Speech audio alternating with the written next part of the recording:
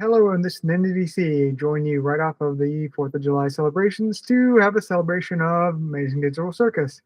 Join me again for this discussion is going through random, not Skype, but mute order, Wolfgang. Hello, everyone. It is officially the night after 4th of July where I was able to learn how to gamble. That's right. I ended up doing blackjack with my parents while we were outside hearing the neighbors shoot fireworks in a town in the middle of a forest near a university, surrounded by trees and wildlife such as deer. What could go wrong? I mean, nothing ended up catching on fire. However, we did end up lighting off a couple of fireworks in the yard because we had never done it before. I was the one who lit it while I was wearing an Asteria hoodie while listening to Asteria. And my mom was fucking terrified because I was the one to light them. And then they exploded more than I've ever seen a firework explode in my life. It went everywhere, and we had to basically hose down the entire garden to make sure nothing was on fire. At least I got to light a firework, I guess.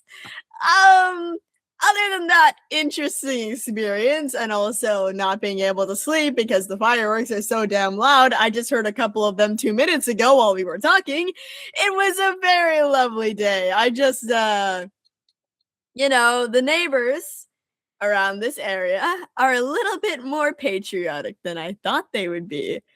Because when my mom's coworker told us that people here were a lot more patriotic and conservative, I didn't believe them. I believe them now. Someone save me. I mean, knowing Florida demographic shifts, yeah, I believe that. There's literally fireworks everywhere. Every single neighbor has 1 billion American flags, and I can't fucking sleep. Ah! Boy, we have neighbors at our friend's place shooting fireworks clumsily, just barely managing to rainbow the cars on both sides of the street before exploding next to the ones on the other side. Oh, no. Middle of the street where kids were running up and down. Oh, God. I was starting to consider calling the police. Seriously. That is very fair. That is very fair. That is legitimately very fair. These people are absolute psychopaths. Mm-hmm. And they kept going after messing it up like that. Why did they keep going? I mean, I grew up with neighbors shooting off fireworks, and it's some of the best memories of living around there. You're doing a bad job when I'm considering calling the cops on you. I mean, to be honest, you're entirely in the right for considering that, because what the actual fuck? and I'm just like, yeah, you're calling them up and complaining about fireworks on the 4th of July. Good luck. Shit, Oh, no. The 4th of July on the 250th anniversary. Oh, no.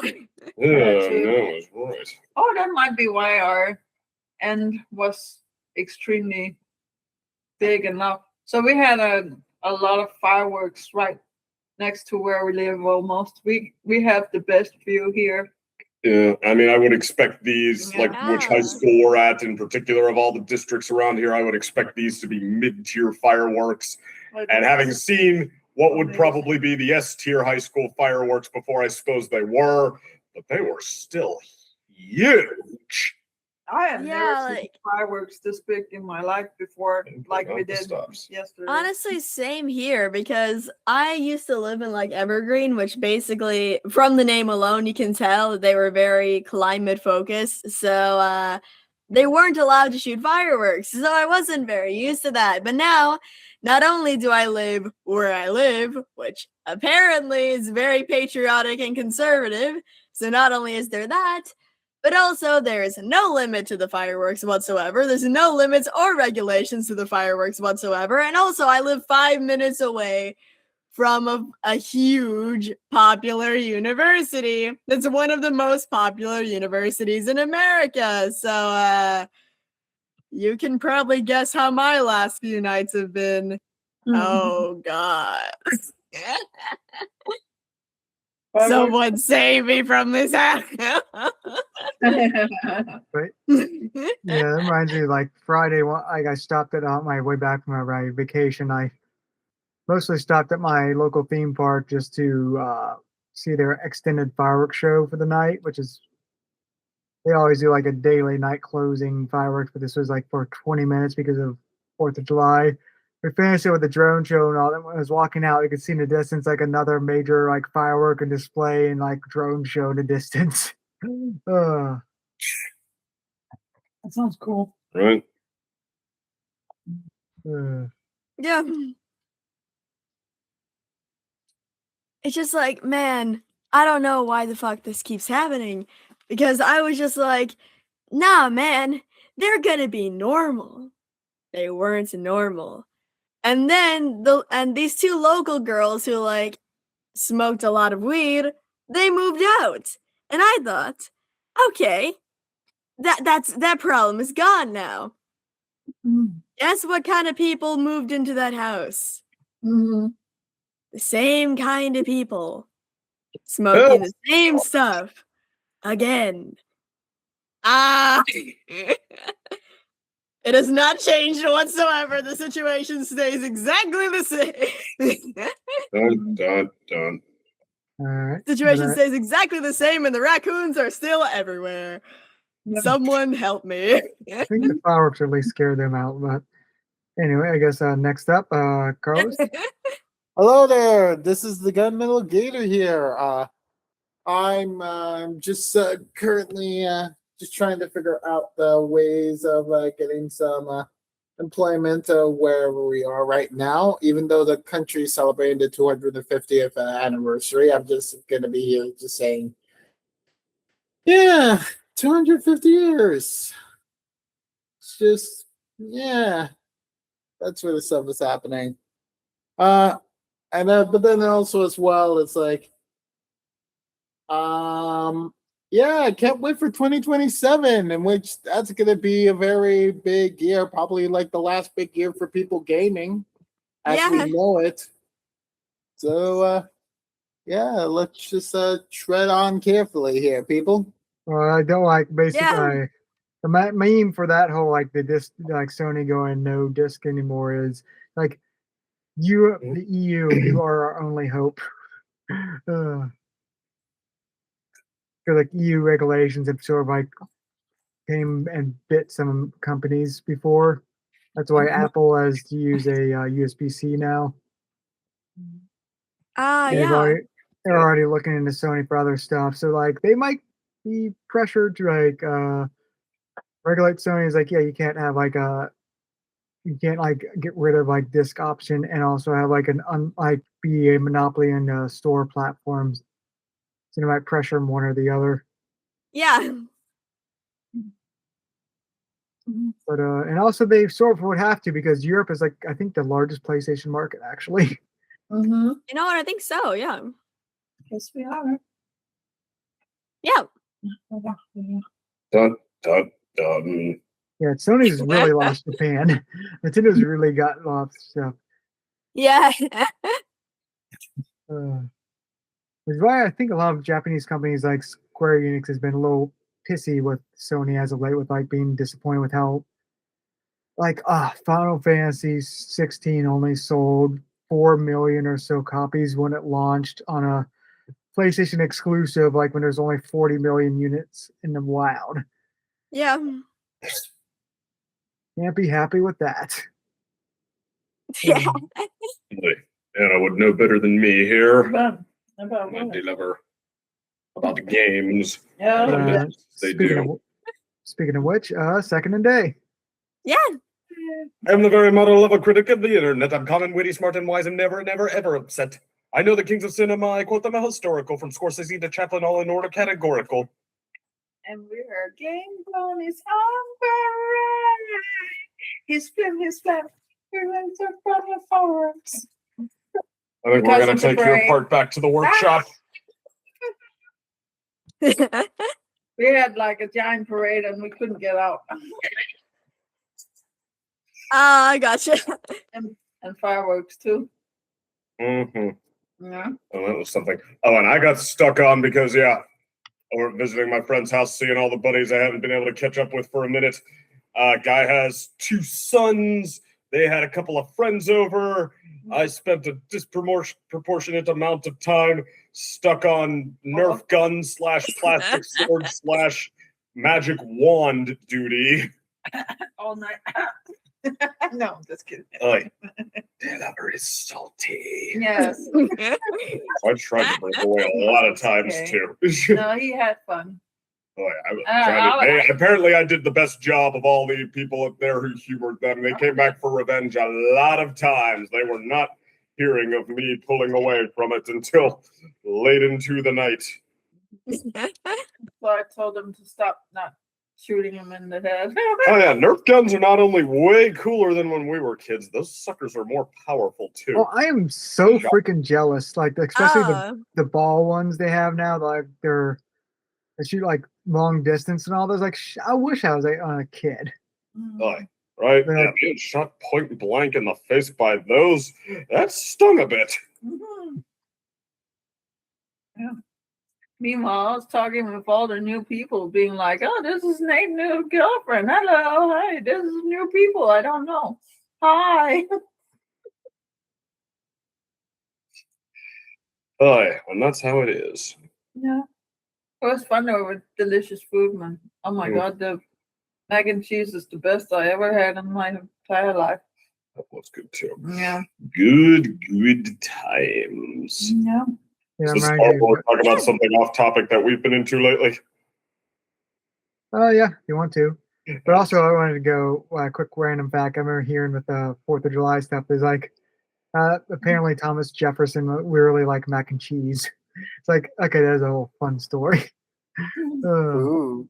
What did he like? Thomas mac Jefferson? And cheese. Oh, okay. Ah. Fair enough. Yeah. Good stuff. Also, gang, let me just quickly say this really funny thing. Tumblr has really strange ads, and one of the ads I got on Gooseworks' account was the final words unveiled. What truly changed when Jesus said it's finished? Discover the weight behind this moment. And then an image in font with, like, the fake sort of fire for font. It literally just says, "Have you received the," and then in the fire font, "Holy Ghost, since you believe," with terrible, with like the worst editing I've ever seen. It's like 280p with like a random fucking sun photoshopped in the background. This is fucking hilarious. We should change it to where Jax is being becoming a what's that? The like monster. What's that called? When it goes. Yeah. Like, damn, what do you mean, have you received the Holy Ghost since you believed? I'm currently going through Gooseworks' Tumblr account. Do you think I believe in God? But that surely got you hooked, right? Mm-hmm. Yeah. Mm-hmm. No. Totally. I am a devout Christian, believing now in the Holy Ghost, who is going to condemn me for my sins of being transgender. That would be hilarious. What are you talking about? It's just a well-known common sense fact. Graphics to get you. Just like, gang, you see, I was just, relaxing in my room. I was talking to like Crimson and Chemical. I was having a good night when suddenly the Holy Ghost started talking to me and said, "Fuck you, be religious," and then just vanished out of thin air. And now I'm a devout Christian. Oh, I don't think it would swear. And second of all, I don't think you would be like just chilling, seeing one of those. Have you never had? Man, the Holy Ghost is interesting. I really don't want to. If you've seen a biblical accurate angel, I don't think I want to. Biblically accurate angels. That is so 2 months ago. Oh, really? I think Crimson can draw those, actually. Boy. But I guess I might as well go on to topic at hand, unless you have any other quick comments. No, let's just jump into this topic. Let's This go. meaty 9-episode topic. Yeah, it's probably going to spawn no little discussion. Yeah, but yeah, this topic this time is Amazing Digital Circus. We finished it, so we're going to discuss it, which the whole series as a whole, which is, let's see, 9 episodes was right. Yes, it was. Episodes. I get mixed up because like it was the Fire Fonts. I get mixed up now because Netflix has like created the like, oh, let's go the very short, like under 10 episode season things. It's like missed the standardization, at least in anime, which like everything's like either 11 or 13 episodes, everything's 24 to 26, or the very rare like 52 to 54. Well, I mean, Derek, you know there's still Tenshura, aka Slime Isekai. We have those cores back with us. Yeah. Didn't you hear? Core 4 is nothing but 65 episodes split into 5 cores. I see. Yeah, that's the one thing. It's like when anime started adopting the Western format, like, oh, let's just have like breaks in between seasons. It's like it's good because we sort of don't have any filler anymore, but like we're sort of missing something from like filler arcs. It's like it's one of those things like it's like those historic things like it's sort of missing. It's like something I missed, that like the random shit that has happened. We could go for an occasional filler episode, something that does not overstay its welcome. One episode where they learn how to drive, cool. A whole bunch of episodes about how, the main bad guy from a non-canon movie returns, and Piccolo is the heavy hitter hero. Not so much. No. They don't let any non-canon winners to be occurring there. It's like it sucks. It's like, why can't we let the filler be the arcs where the other characters have wins, just so that like they can actually say they've done something, even if it's not canon? Honestly, yeah, that would actually be kind of good. Actually reminds me. If you have just the slightest fondness, it's true, for Piccolo beating the bejesus out of the fully hulked out version of the main villain of the arc. But no, we could have used that in Digital Circus too. It would have been funny. Them all teaming up against Kane and just beating the heck out of him. Like say Piccolo defeated Lord Slug in the Lord Slug movie. But I see. But that does actually remind me. That does remind me of like the filler for like the Naruto series, where I heard about that. Yeah, the anime studio really liked Hinata, so they gave her a lot more screen time in the anime, and it's like they even have like the like sort of we don't really see it in a lot of the Western versions of it, but like in the actual anime from Japan, like the Japanese cut, they have like usually like what's sort of like blooper reels, like segments, and they would even straight up comment like, it's like, oh yeah, the animation studio likes Hinata and all that, and so it's like sort of how we got the Naruto movie at the end of the series, where I was sort of like, oh, this is how they actually get together. And it's because like they straight up were not even hiding the fact like that was one of their favorite characters, so they gave her more screen time in the actual filler stuff. I see. It's funny. Rurouni Kenshin, I suppose it's not the worst example of filler objectively, but it may have, like, I don't know, it will never not strike me as just particularly odd and funny. Like, the Rurouni Kenshin manga arcs, he's the best assassin on the side of the war that won from whatever it was, 12 years ago, something like that. And now he's taken a vow to never kill again. So he fights with a sword that has no edge. So it's basically a smooth metal beat stick. So he can't kill anybody. So the first arc, he comes to his little small town that is starting to be menaced by things. And he's decides he's going to settle in and be the derpy friend of the wacky tough nut cast that lives there. while figures from kind of out of his past are looming close and constantly lurching out and trying to pull him back into it. So that's arc 1, him trying to defend his new home and his new lifestyle from his past and a few new rotten decays of the world. And arc 2 is his evil counterpart who took over as assassin while he took over as bodyguard for the most important guy in the world. He has decided that he wants to overthrow the government and rule everything. So this is the thing finally bad enough to get him to give up his new life and go take on this guy mano a mano on the darkest journey of his lifestyle.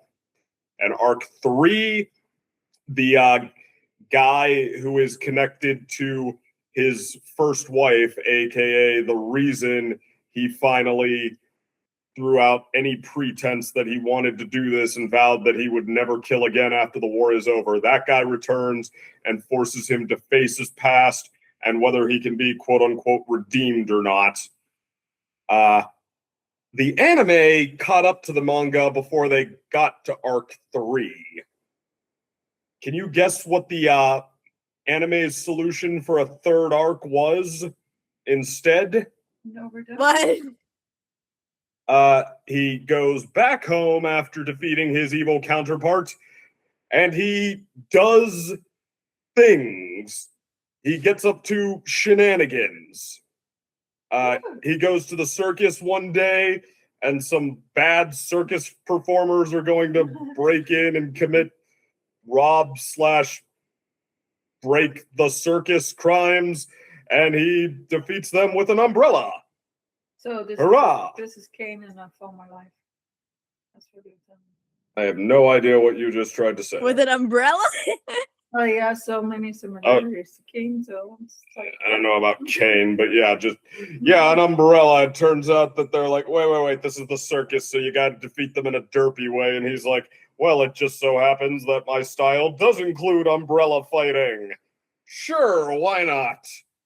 More shenanigans. And then the last episode is literally just a half hour of, as many still frames to save budget as possible, showing the characters just sort of fading out. The sidekick goes over to his love interest house and she makes him dinner with very little dialogue. woo. And Kenshin With and very little dialogue. watch the sunset.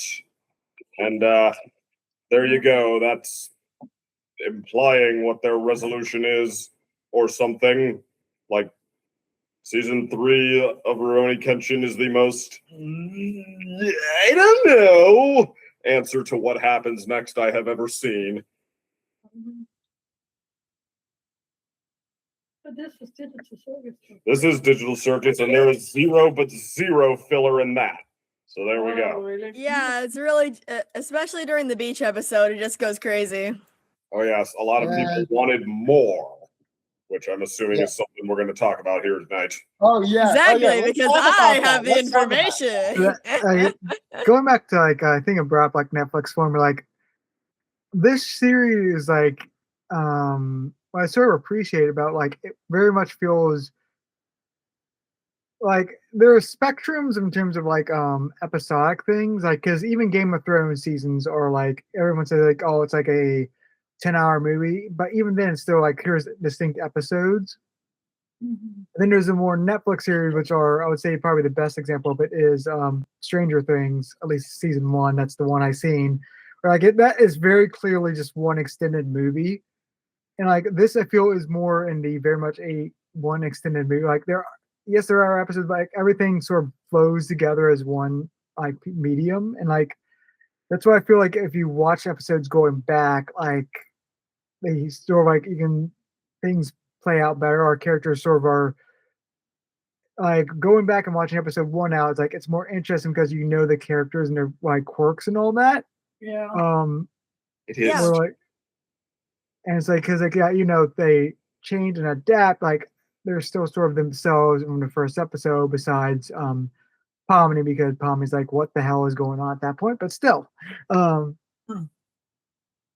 Yeah, it's not like Futurama where you see season 1, Leela, Why can I already not remember her name? Yeah, Yeah, that's, season one, it's like she was just kind of the capable gal, and then by seasons, well, definitely by the Comedy Central seasons, she was becoming downright Flanderized, like they were just trying to cheese up everybody. That it doesn't feel like that. That it's just like the natural progression of what do we even do with this character now, or just like Flender. It feels like that going back that the creators had who all of these people were in mind from the get-go, just about, and then it kind of recontextualizes how you see them in the early episodes.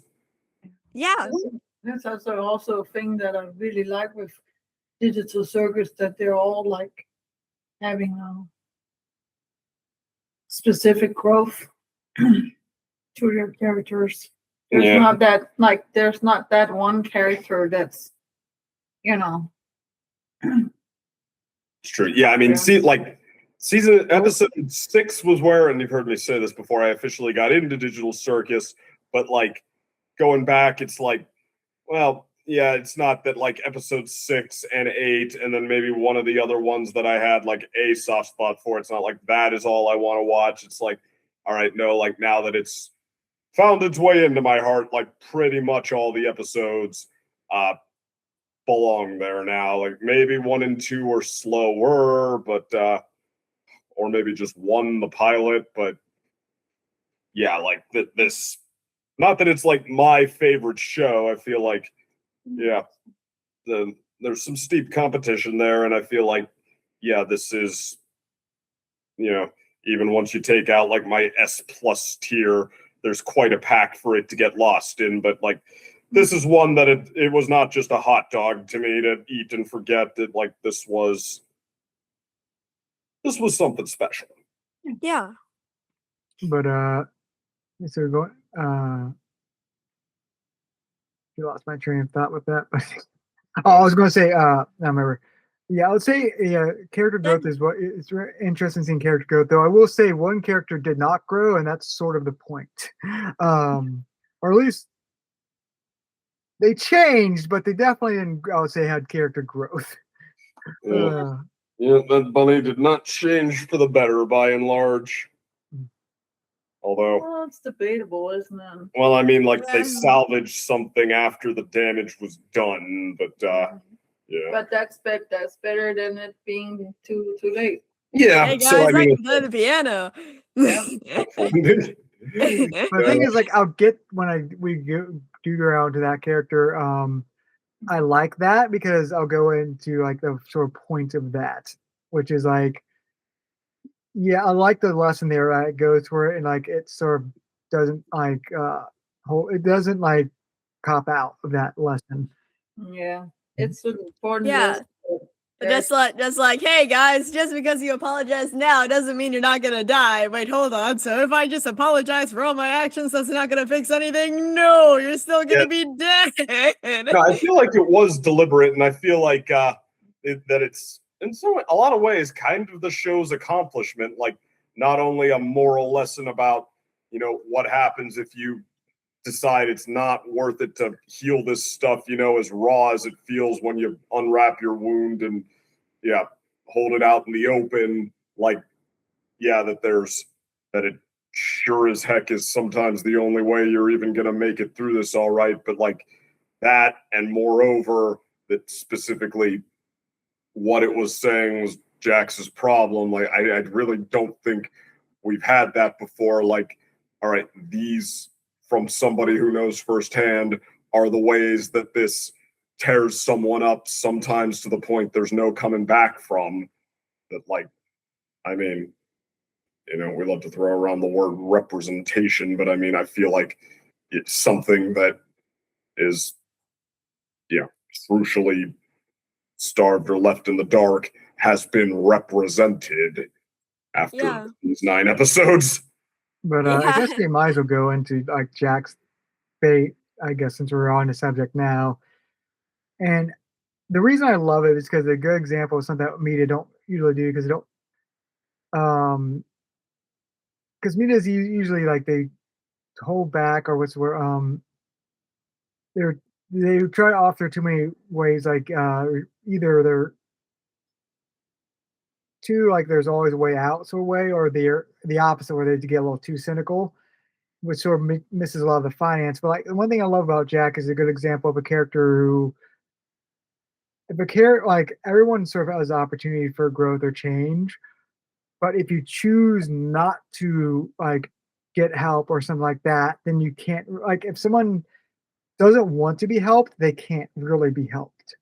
And like I feel Yeah. this is a lesson, like a very powerful and important lesson, because some people, unless they want to seek out help, like no matter what, how many chances they're given, like how many opportunities, all they're going to do is they can't, like unless they want to change or Yeah, unless they want to change, they can't change. And I also think it's really interesting as well because this also directly ties into I Have No Mouth and I Must Scream. Because one thing that a lot of people seem to have forgotten was that this was supposed to be like a semi adaptation of I Have No Mouth and I Must Scream. And when you put together each single character is semi based on a character from I Have No Mouth and I Must Scream. And do you want to know what happens to the character that Jax is literally based on in one of the endings? He dies. He sacrifices himself so all the other characters can live happily, and he sacrifices himself and dies. So Gooseworks directly adapted one of the endings from I Have No Mouth and I Must Scream because the character that Jax is based on dies and sacrifices himself so You mean the the other video game characters can be version? happy. Talking about the video game version that has multiple endings. Yes. Yes, Yeah, 'cause, like, the I short am. story well, thing has is, one ending, and it's kind of the opposite. A character sacrifices themselves to an eternity of life, miserable, miserable life, so everyone else can die and be free of this. It seems like it's it just seems so similar in my opinion that I feel like it's still like a direct adaptation of I Have No Mouth and I Must Scream because all the other characters in a way get what they wanted and the one character doesn't, and that one character just so happens to be the character based on Jax. Like Gooseworks already confirmed that this was the character that inspired Jax, and that's the character that ends up suffering. I yeah, but feel like that partially inspired it. well, the thing is though, like that the original you said the no mouth and scream, that character sacrifices themselves for everyone's happiness. This is basically he doesn't do that though. Like he essentially Yeah. falls to his own uh Goes down and everybody machination. is very miserable about it. Yeah, It just and it's feels like every single other character being fine, and then Jax being the character that isn't fine just seems like a semi-reference to me. Yeah, well, I mean, But- you could argue just Jax being the operative one and the character in the. I don't know if he was also the character in the original short story. Who I have not taken any time to one for one it, but I don't know if he was also the character in the original story who killed everybody to free them, to much to their gratitude in their last moments. Like I don't know if that's the same character as well, but there does seem to be a recurring. There is an operative character here. Yeah, it just feels like I could be wrong. It just feels like a semi-reference, you know? Yeah, like a playing like holding the same note in some sort of a way or other. Yeah, and just with the knowledge that it's based on that, and literally references it in the song with Kane, I just feel like it's kind of a semi-reference. Like, obviously not directly; it is very, very different.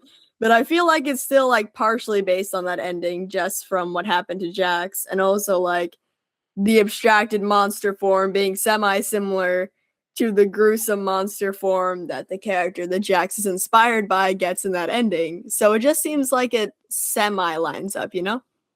I could see that. And while we're on the subject, because the point of I have no or the engine running, the plot device running, how I have no mouth and I must scream works. It's that Am forever hates its existence. It's mad at people for creating them, and it's going to send them on eternal missions to nowhere that involve nothing but misery and broken promises at the end, and et cetera, et cetera. So, being as Digital Circus is sort of a flip in a lot of ways, like characters learning to, enjoy and grow and turn their possible eternity, or at least as long as this machine lasts, into something not toxic and growing. Like, yeah, Cain sort of flips Am, and 2 for 1 continues the theme of working on yourself versus an eternity of misery that you could subject yourself to. That, like, they made points with Jax, but they also followed the theme through to its conclusion by passing it to Cain. That he stop distracting me. That he kind of goes the other way and sort of a total flip. In fact, that as the one character makes all the wrong choices and kind of denies themselves, or at least in the immediate future denies themselves, the chance to start to enjoy their existence a little more. Cain is the one who, I guess, answers the question, all right, what would this AI have to do to actually end its misery and get a new lease on life? And I mean, I don't know. It seems like a pretty simple answer. Like, all right, reach out, stop blaming everybody else, start realizing what it is you need to work on. But like, just the kind of thoughtful, sensitive, takes its time way that it portrays it, even if it's not as, like, it doesn't have the forward momentum of the first 2 segments of the last episode. Cain's journey is actually kind of emotionally compelling, and you believe what he's going through, that like he feels this mix of bitterness towards them and hurt that he is here now and nobody feels the need to feel sorry for him, question that he deserves this, and also shame at how he failed, and just these complicated mixes of emotions, and that he just takes a lot of time to be honest with himself. Like, all right, what did this to me? What could I have done to not have this happen to me, or not have it be something that was always coming? What can I change? And and it feels like Cain is like sort of the opposite of Jax in a way, is what a lot of people have been saying, because it feels like Jax, by avoiding accountability, is the reason why she's not here anymore. But Cain actually, reflected on his actions and tried to become a better person. And instead of blaming it on everyone else and just, fully having no self-awareness, a lot of people prefer like Cain from Jax, because while Jax sort of, kind of gave up, Cain didn't give up. He looked for problems with himself. He spent time to reflect, and he reflected on those issues. And instead of giving up, he actually, worked on improving himself. And I think that it's kind of interesting to see is like Cain being a sort of opposite to Jax in the way that instead of giving up, he actually put in the effort to try and become a better, not person, but at least something good enough in his eyes to apologize for the hurt that he caused, which instead of Jax apologizing for the hurt that he caused, she just basically, insulted Ragatha's mother and then dies. And I mean, we see even the emotions that shoved Jax under once and for all. Like, Cain feels shame too. Cain feels fear towards the end of like what the others will think of him if he puts his cards on the table and bleeds openly and makes himself vulnerable to their disapproval. And I mean, it's not remotely the same thing, of course, insofar as what the exact reasons were, but I mean, it's like, it's a sensitive depiction. It takes some courage on his part, and I mean, it's some emotional fortitude. He gets an extra nudge from, I think it was the moon at the end there, that like, that he's in a vulnerable and easily knocked over place as he's coming back to try to say his sincerest apology and why and how he intends to make it right. And I mean, yeah, that's like not the easiest or not necessarily even the safest thing. But I mean, yeah, it's like for what it is, Like, it's not he a bad actually tried. Instead of It's Jax quite just like important. insulting everyone and dying, he tried. He tried to become a better person. He tried to do the right thing for everyone. In fact, the main reason that Kane went insane in the first place was that he tried so hard to be the best for everyone that as soon as he realized his methods were just making people worse, instead of taking accountability, he went crazy. But then he took Yeah, accountability for really. not taking accountability and actually became a better person, while Jax just said something horrible, destroyed Ragatha's mental state, and then dies.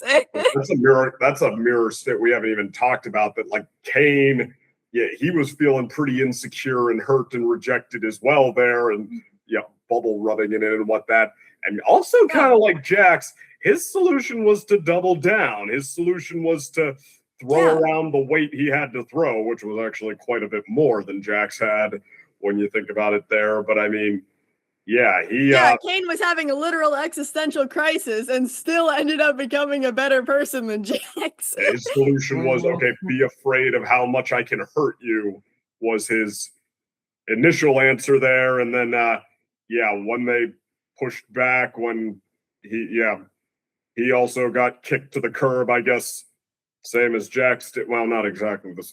It's complicated, right?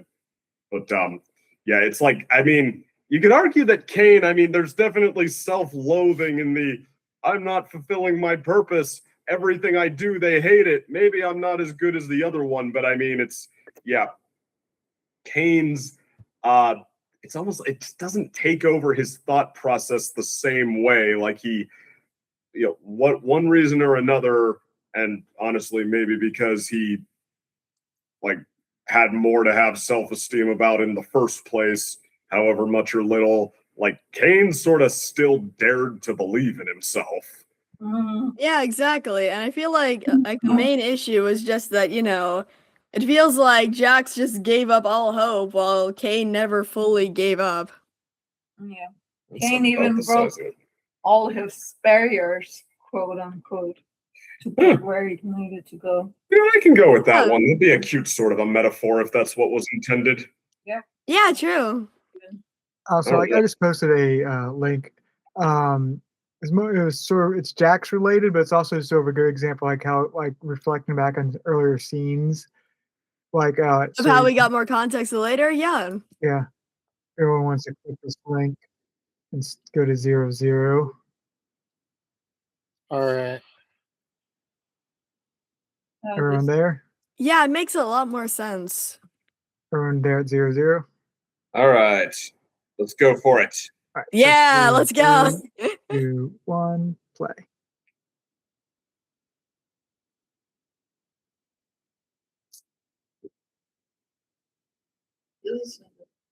There's that. Okay, so Cosmos abstraction. Yes, we've seen this before.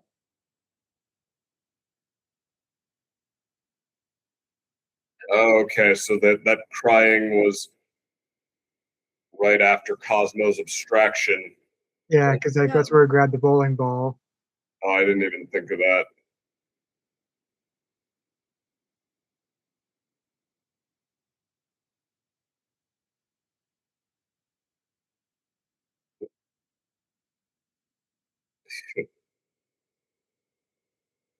But see how that like sort of helps recapitalize that scene, like why it was breath and knowledge, because he was essentially avoiding a mental breakdown at the time.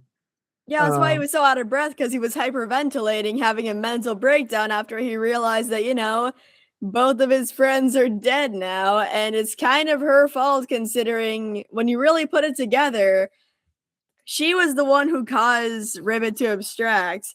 And then after that, she started to become extremely distant with Kaufmo.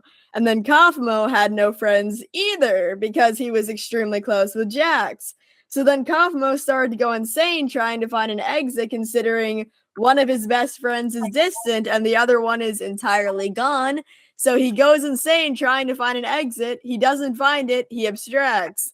And then Jax in that moment realizes that he caused both of her friends to abstract, and it's entirely her fault. Because if Ribbit wouldn't have abstracted, Kaufmo wouldn't have gone insane looking for an exit, and everything would have been fine if Jax and Justin would have accepted herself and not pushed Ribbit away. But she caused the two abstractions in a row, and she can't accept it. Also, like going back to Kaufmo, I'm never going to pronounce their name. It's so complicated. Yeah, it's like with their character. Also, I feel the thing with Jax is they could have essentially, I feel the way Jax caused Cosmo's abstract is essentially he wasn't there to be like chill, essentially, like instead of becoming obsessed. Yeah. And like that's what he did. Cosmo didn't have a support mechanism that he should have had. Because and not only that, but also Kaufmo was going fucking insane, and he was just like, I think I'm gonna find an exit. And then Jax, instead of like calming him down, he just says, go have fun over there, go have fun going crazy, and then he goes crazy. This is entirely Jax's fault. Yeah, that's actually, I have watched like some therapist videos about this, professional therapist breaking it down, and there are some things she pointed out, like for example, getting people to open up. That like even if you have the ability to make them feel safe enough, like in the to coax it out of them, there is still a matter of their boundaries that like you do want to, if it's something that personal, put the ball in their court a little more. Like, I'm here when you're ready to say it. That as much as Ribbit was an encouraging presence, and as much as she like Jax didn't want to let her down and was starting to feel safe with her, that like the big night where like their last night as friends, really, she did kind of coax Jax into where he felt like she felt like she overshared. Still using he him pronouns all the way to the end of the that's the one thing I actually sort of a side debate I wanted to say is like, should we call Jack a he or a she? Because even though Jax is a trans character, they did not present that. Gooseworks actually answered that question in I know, a like, very long time. They are trans, but throughout the entire series we presented, Jax is not presenting as female, like actively not. Well, so like, that's what Gooseworks has already answered this question. Gooseworks says the Jax is trans femme, but he him pronouns are fine. Yeah, but that's the fun debate, like just because that's them repressing themselves so much is sort of what's big cause of this. So it's like right. It goes round and round. Oh, but yeah, like round and round and round. Yeah, so like I mean, there is a factor here, and I mean this is really a subtle one, not one you can even really assign blame so much. But yeah, like the most healthy way to get someone to open up, especially if they're implying that it's this sensitive, is to put the ball in their court a little more. You don't want to push them into more than they're comfortable with at that point in time. So, but how are they supposed to know that? How's Ribbit supposed to know that she pressured him? Because helpful people like me are telling you now. It is a very little known point. A lot of people who do know it just kind of have to intuit it. So there you go. A nugget of wisdom to be a little wiser about how you deal with people in a very vulnerable place. I'm learning wisdom today, guys. I'm so intelligent. You're all welcome. But yeah, that's still fundamentally where I loved it at the series resolution, because it did not hold back the fact that Jax like is a sympathetic character, but at the same time, Jax essentially caused their own death, and like she essentially caused her own death at the same time. Yeah, like the reason she did that is because like she would not accept help or even didn't have any reflection. She actively pushed away any sort of opportunity, and that's fundamentally like it's not really brought up enough in like modern fictions or depictions. Like, like I was saying before, at the end of the day, people can't really. I mean, there's luck. There's always an aspect of luck where things can work out for you. But fundamentally, even with unless you have stupendously good luck and support mechanisms, you can't get like help or improve yourself or fix like a problem that's so deeply rooted in you unless you want it.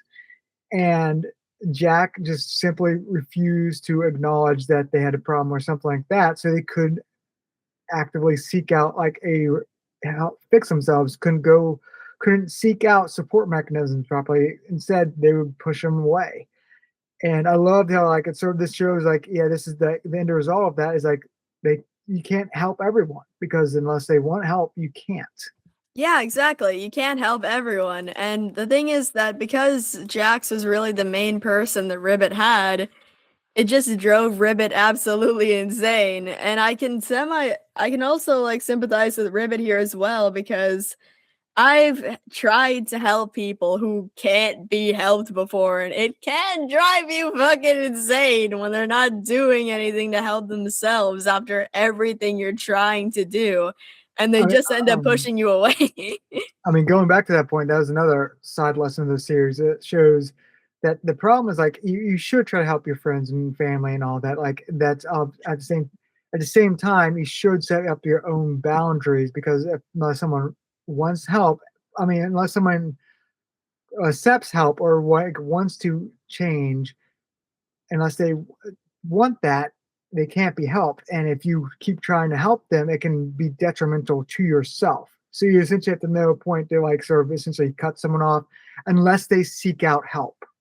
Um, because if you Yeah. don't, like you essentially you can hurt people like by trying to help someone that doesn't want to seek help, like you can essentially hurt yourself and like create your own negative like feedback.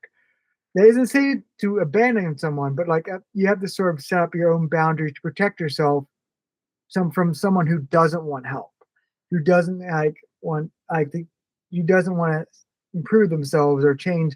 There's a broad category. That's why I keep stumbling on it because like for Jack is essentially is a self-destructive behavior.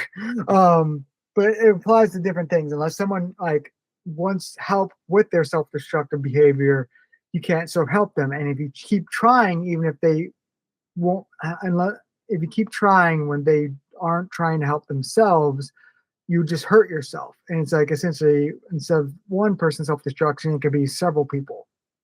And like that's just a like side lesson of the series. Like we get to see how one person's self-destructive behavior can hurt other people around them and cause them to self-destruct. Yeah. Well, I mean, yeah, in essence, I feel like you laid out everything to where what you said is absolutely sound. That said, I feel like just in the matter of like specifically what this show wanted to project, I feel like part of it and part of what even makes it kind of a unique achievement is that just not everybody can be helped, or that like, yeah, set up boundaries with toxic people, or some people did it to themselves. Yeah, you have to such and such. I feel like that's a very Gen X era moral.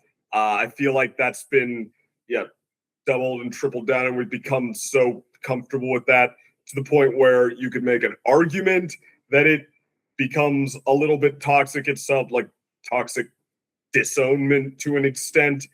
And I feel like the message that they drew here is that while the show does place the blame on Jax's shoulders, I do feel like it reins it back in that like the reveal in the last episode of just what Jax's deal is. I feel like they're pulling away some of that, well, Jax is just toxic, can't save everybody, and replace it with a little bit of like, okay, no, sometimes the reason that people act like this isn't exactly what you think. Sometimes it's this.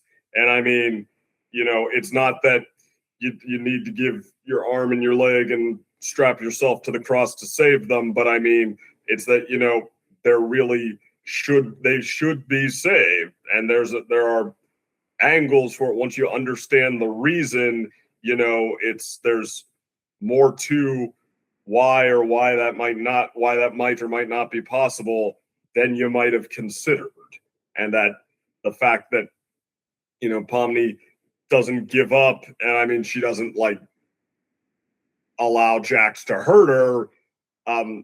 at any point like doesn't cross that line where it's like she's breaking the moral of can't help everybody, but like she continues to try based on what she knows about Jax and based on what she finds out in his head, I guess we'll call it. Like, once she has the information she needs, and that is kind of why, because she finds out that it's a case of this and dares to have sympathy past that point. It's like she is able to salvage something from the wreckage, as it were. Would also say it's a good example of like how others you should help support people trying to support someone else, like, and help them set their own boundaries, because it was Pomni's friends who were essentially came and helped saved her from helping Jax, or she would probably, I don't know, because abstraction is not really infection, but it's saying that it's sort of shown as that. So distortion or erasure. It's not entirely clear what was going on there. Like that stepped on a flashbang grenade, and the abstraction process is amping up, and so it's like, I mean, and this is what, like I said, I mean, we keep arguing about what abstraction is a metaphor for. I mean, that's like, I feel like the fact that they can become a danger to you once they have is where a lot of other things it stands in for enter the picture. But like when it's past that point, then I feel like that's if there's a moral to be taken from that, it's you need at least a safety net. You need like physical boundaries sometimes, and I guess that's what the friends step in to provide. But actually, that's where I'm also going. Where I'm speaking very broad terms, because this series, like we always does very broad metaphors. That's why nothing I feel is very specific. You can sort of see its inspiration from the original short story, and that's like a lot of the very classic, very literary heavy, famous stories, short stories, are do so because they're very broad, like universal metaphors, like they can have multiple interpretations. And I feel you can sort of feel that with this story too, where like nothing is necessarily like abstracting could be reference for death or suicide. The only one I would say is definitely a reference for I feel it's more broad interpretation. That said, I feel Jax is definitely an example of suicide. Like that specific abstraction is very clearly what I feel it's referencing in that one. In fact, Gooseworks actually said something about that in particular, where someone had asked about like why Jax abstracted off screen, and what she responded with was, "I wanted it to feel exactly the way it feels like in real life," which feels like it's referencing suicide. Yeah. Well, I mean, like if you were gonna twist my arm and make me pick a thing that Jax's abstraction in particular feels like a stand-in for, I would have said a complete mental breakdown and confinement, because she's able to talk to Pomni past that point. I mean, a lot of jumbled things come out. They have one lucid conversation, and then Jax goes so wild because flashbang grenade, but whatever, that Pomni has to be saved from her, and then afterwards Jax is confined and they're able to have a limited relationship. So like where they almost one for ones come in, I would say is with confinement, because the fact that you're not psychologically sane anymore. Whereas Ribbit, the fact that we just plain never see her after that, I would say that feels to me like the closest to a straight up suicide metaphor. Honestly, I really like how you're like what you're getting at there. That definitely makes a lot more sense from what I've heard. Plus, also, it matches up what Gooseworks has said on the Tumblr. So good on you. That actually works. Yeah, but I think for Jax, this like comes in more just in terms of the context of like, it's very much said like he regrets he at the end of it, like right before he's about to go fully abstract, he regrets he wants to live, he doesn't want, he wants to continue, he wants to, and I feel that represents his part of suicide. It was like or some people it's like there's a point of no return, like he crossed it. And I feel that's why it's very specifically suicide in that specific case. I feel is represents like, yeah, he went past the point of no return, like even though he regrets it, like there's a little bit of time where you can sort of process that. Like I feel it's essentially like the deathbed confession, like is what he's having with Pomni. At that moment where it's like essentially gone but still there. Yeah. I mean, the suicide Honestly, stand it's like- interpretation of Jax is very clearly a powerful interpretation to a lot of people. So I don't just want to dismiss it out of hand. But I mean, yeah, it's like There's one interesting way that you can put it all together, though, where like, what if Jax becoming abstracted is a metaphor for a full mental breakdown, and then it's like sort of Pomni interacting with the last fragments of Jax's mind after going through the complete mental breakdown, and then a lot of people talk about how right before a person dies, all the best moments of their life sort of flashes before their eyes, and then you have the "Isn't She Lovely" montage. So if you really want to find some way to attach the suicide metaphor with your metaphor and like validate both of them, it could be that the initial abstraction was a sort of metaphor for a mental breakdown, and then the "Isn't She Lovely" scene is the metaphor for suicide, potentially, maybe. danger themselves. Yeah. Well, if we followed this all the way down, like putting together coherently, it's like, yeah, It's difficult to put it together coherently. I still don't fully understand abstraction. it's suicide because of it. She finds Jax on death's door, ready to have one last conversation, trying to perform a life-saving procedure with "stay with me" and all that, but no dice. Like I said, like that's the thing. Okay. I was saying, like that's what I said. Like the thing with the show is like, yeah, it's very broad with its metaphor, and I don't think that's a bad thing. Yeah, I mean, it's too broad to at least nail it down to a like, okay, one interpretation here is objectively correct because that wouldn't be there otherwise. It's like, yeah, it's not quite to the point where you can make any such claim as that. Yeah, it's like how I could say it's like how I compliment the Zootopia franchise, where like there's the predator prey relationship is like a very broad metaphor and it applies to many different groups, but there's not one specific like, oh, this is X nation and this is Y nation representing. Like there's no specific one-to-one with that. There's broad and very in-universe specific thing, which makes it a very broad universal metaphor. And I feel this show has a very similar thing where like there's a lot of metaphorical things that aren't necessarily one-to-one, like this is exactly what it is, more like multiple interpretations working together. Also wanted to just Okay. also just one more comment. It's like, yeah, this video is definitely not being monetized. Oh no.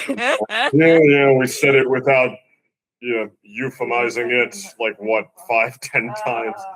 Well, YouTube, let me just tell you, I think that YouTube very much likes the words suicide and transgender and politics, and there we go. Now we're demonetized. Congratulations.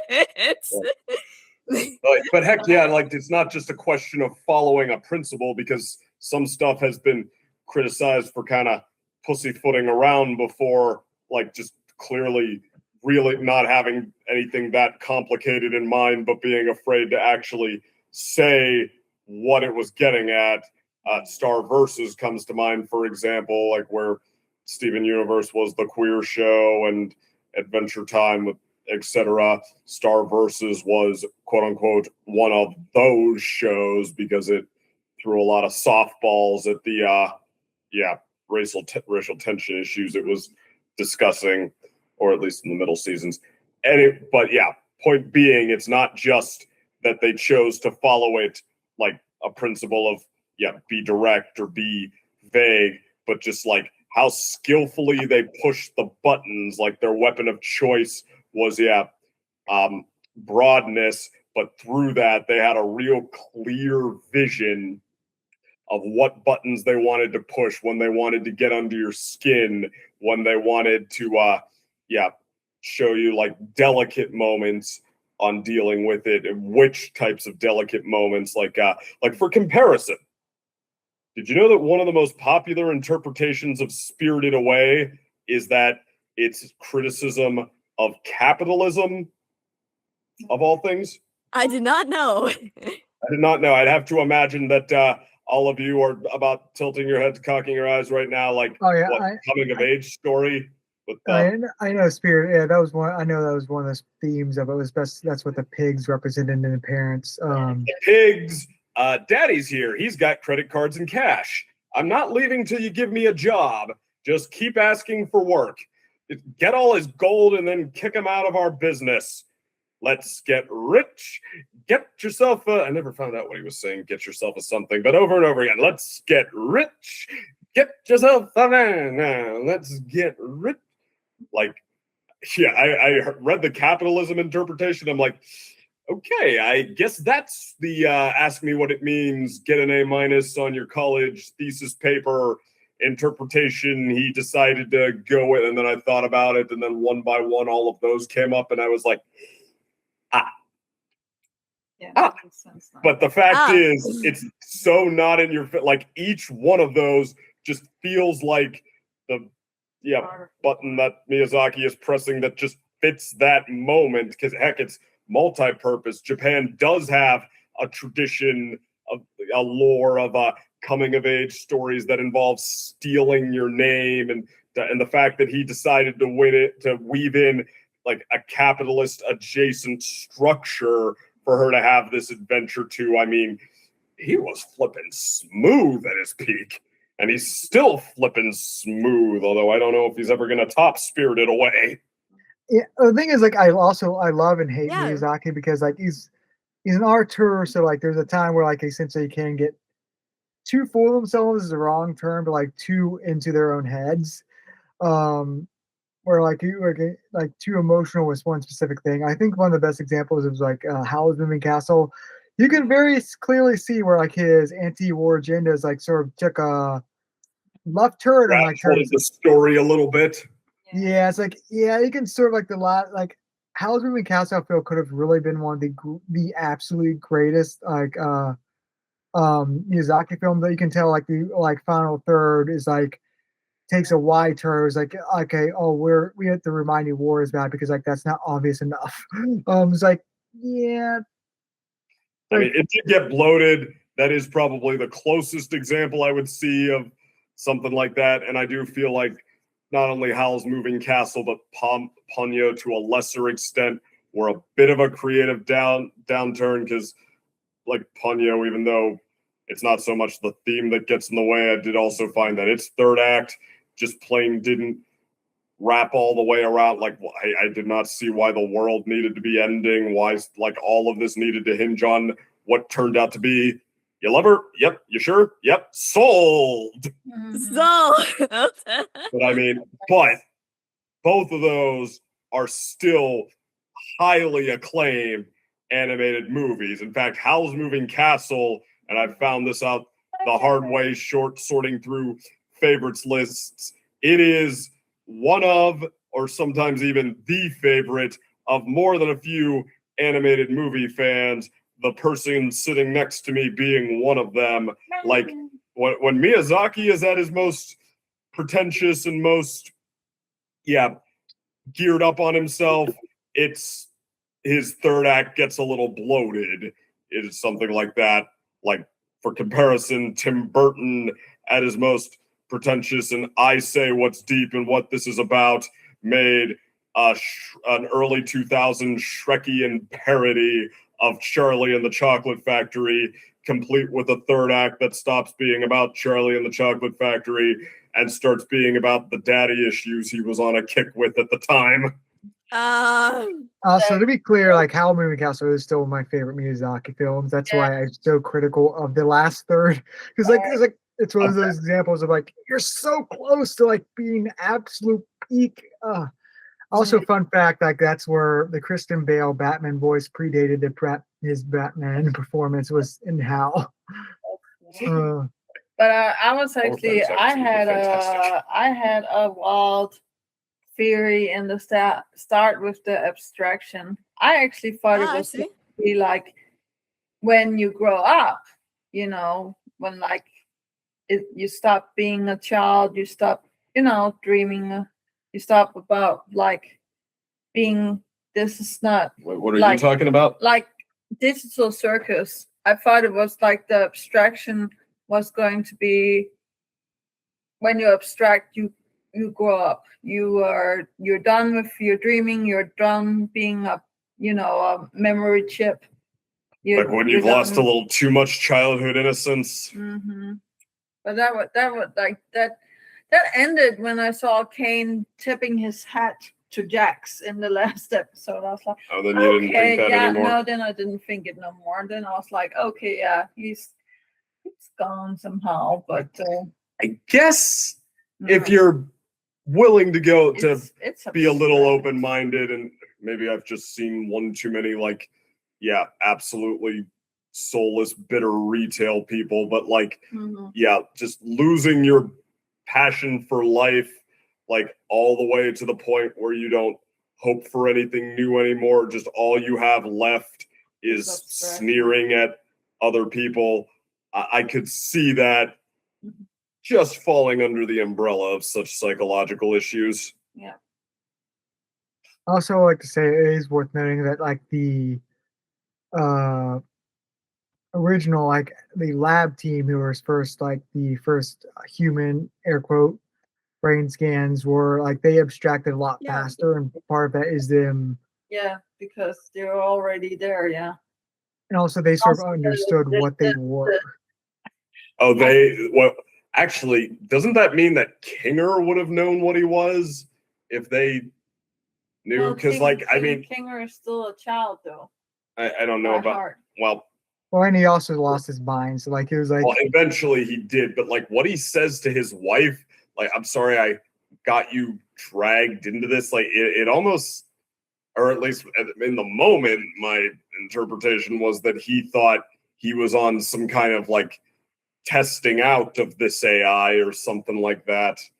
But like, well, the fact, like when he stumbles back onto the brain scans and he claims to have never known that Scratch finished them, but found a way to get them working. I mean, that I can't say it's enough to say that it's the definitive conclusion, but it's possible that Kinger was just like kicked so low, so long, so in his own mentally frayed and collapsing psychosis that he just plain forgot that he knew.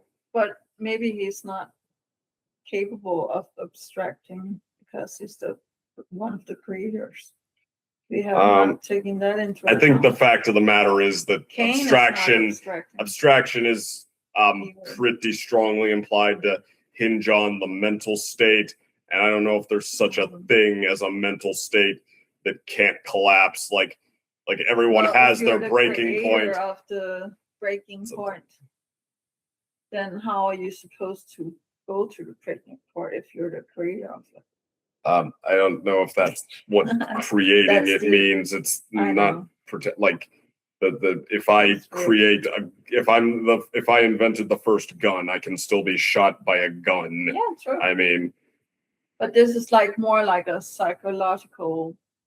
Well, I mean, abstraction is just what the brain scans have no choice but to do after their mental state has collapsed all the way. So, I mean, yeah, I don't think Kinger is invincible. I think it's more just what he said, that he has a resilient maybe Kinger mind. is the only one that's not a check. Yeah, I think compare it to yours and mine. Edgy, angry, low point teenage years. You did all the goth and all the fighting and all the hard ass bad girl watching what, and I. I just became more and more and more of a self-loathing overachiever that, most people around me didn't even particularly know something was wrong. They just thought I was weird and also a type A tight ass. Yeah.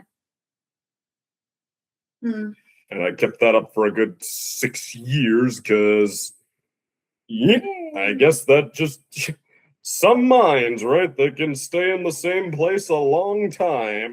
Yep. Maybe that's what happened to King Aaron. That's why he's not obstructing. I mean, he's just, like he said, a resilient mind. All right, but now I'm the one oversharing on both our behalves, so apologies from second day, ladies and gents. No, you're all good. Yeah. But let me see some other.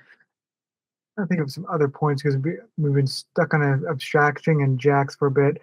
Yeah.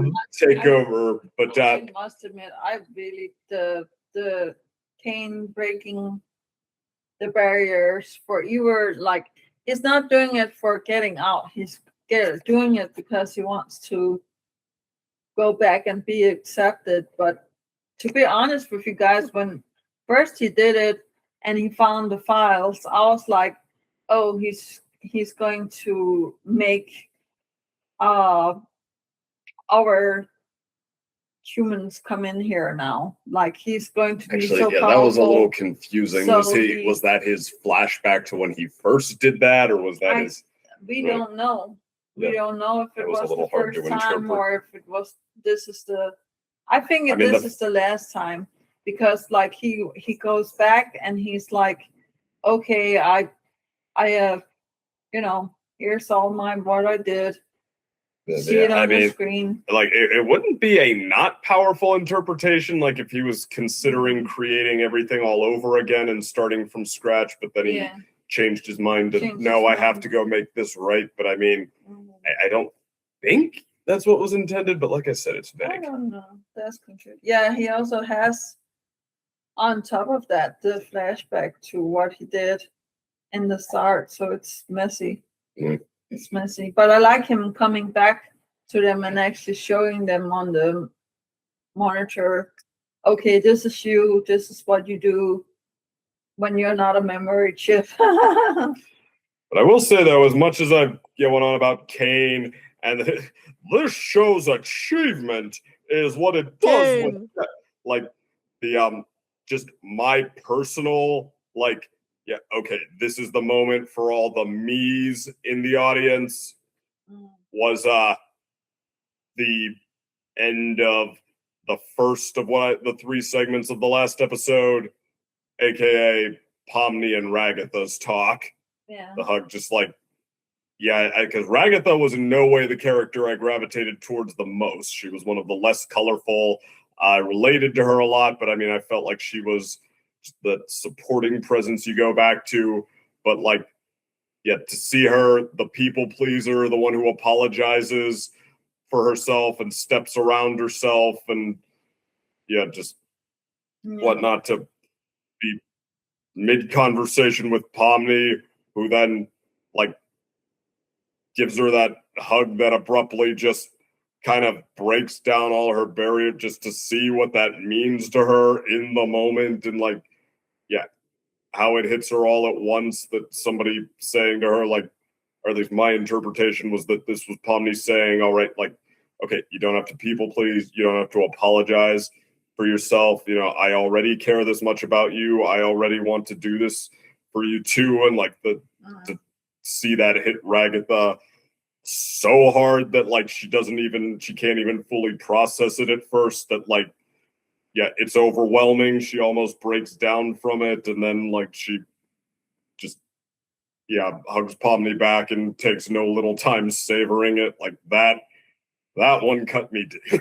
Yeah. And that is why I'd like hate, and I mean, I wish Gooseworks had chosen something else to reveal for now than I wrote her to have covert lesbian vibes, because people are already trying to project that onto that moment. I'm like, oh, did you see her giving Pomni the bedroom eyes? They're like, and then Gooseworks are just like, hey guys, let me give you some more fuel to the fire. Like, them onto everything else they do together. That is a healing moment. That is a beautiful healing moment, you hack. And then Gooseworks are just like, hey guys, let's encourage the lesbian shippers with more. I remember that hug that they do in when we saw the movie, I was so nervous about a jump scare. Like I was actually creeping up in my seat and holding a second's hand and I looked at you and he was like, oh my God, like I was like, something is going to happen. I just know it. Not Just me. don't do that. The Don't episode do knew that. that that's the kind of moment that you only get once. And Mhm. yeah, you But don't they cut off have the kind been of doing moment you that. only get They- once They have when you're been showing doing it, that talking about before, someone though. having They it. have been doing that before, doing all sorts of stuff. Not so, like that. Well, I don't know, man. Hmm. Kane have been jumping out in certain times where it was like really heartfelt, and you were just like, "What? What's going on? Why?" Mm-hmm. Go upstairs. You're out. Night, guys. It was fun. Oh, good night, Day. No, Good night. Mm. I will say, yeah, if there's something to segue to with here, the fan criticism that whatchamacallit, that they should have focused more on the other characters. Where is their resolution? And just personally, that's where writing major second opinion comes back out in space. Like, you Writing basic major second internet opinion. pseudo rule bitches. Good writing does not mean some kind of, yeah, like lunch. The writer man. Cut the lunch meat up into equal portions and serve them all the exact same. I know this episode was about what they'd clearly been dragging the match along the side of the box the whole time to strike. It was about the fallout and how specifically what's centered around Jax there, how much this had tied back to Jax and what they were trying to prove with her, and then the transition to Kane to demonstrate the upside, the mirror side of that it wanted to talk about. The other characters were there having their moment. It was not about a final healing for any of them, for anyone for that matter. It was about a group healing that they learned to partake in and deal with their issues from there, from a much healthier place. Their fan fiction is not the bottom line there. Gosh, this is one of the most second opinion rants I've ever second opinioned, but I'm Let's right.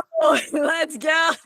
but this so good. The one complaint I have about, I would say, the final episode and final 2 episodes is, I feel I would have rearranged some things where, like, I feel I would have moved some things from episode 9 to episode 8 to sort of help with the pacing. Like, I feel a better transition point would have been have the first part of episode 9 at the end of 8, where essentially, like, episode ends where, like, Tommy's like, it's like, I wish I would have, where she had like, I wish I would have talked to Jax one more time, sort of thing.